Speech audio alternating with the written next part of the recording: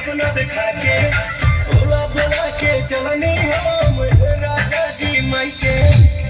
पहिले जे जल के चूल्हा चौके करो भाई नदिया के नाद भेजे पानी भरो भाई बाबा कबू न बिया हमारा चैती आहो राजा माने न सिनुरा की कवैती आहो राजा कबू न बिया हमारा चैती।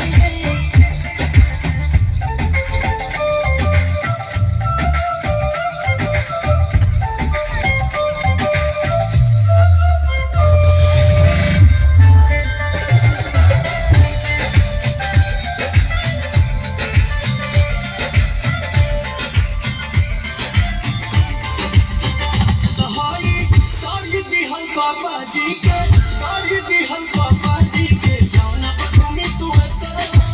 बहु खर्च नहीं कैस करला दूल्ही कमाइया सवात कौड़ाई बाऊ संसारी रंग दिया उनिए पिताई बात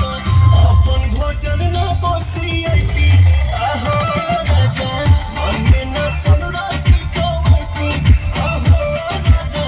कबू न बिया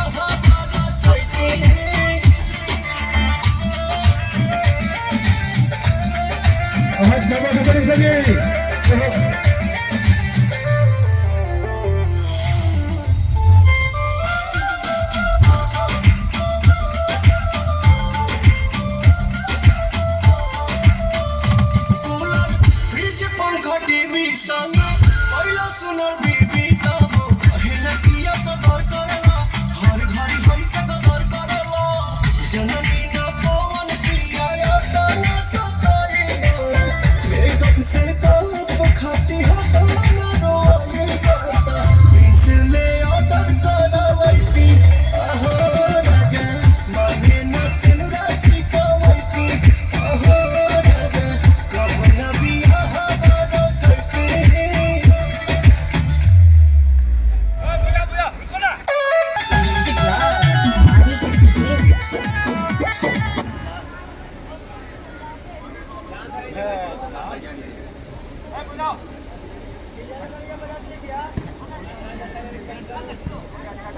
भोजपुरी बोले वाला जी है, चोरी ना करी लगाइए तो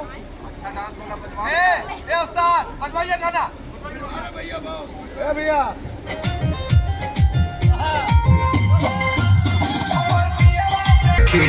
सुना ना हो बंगल में पियावा चला वो है गड़िया मोहे से ले लिया नेट वाला सड़िया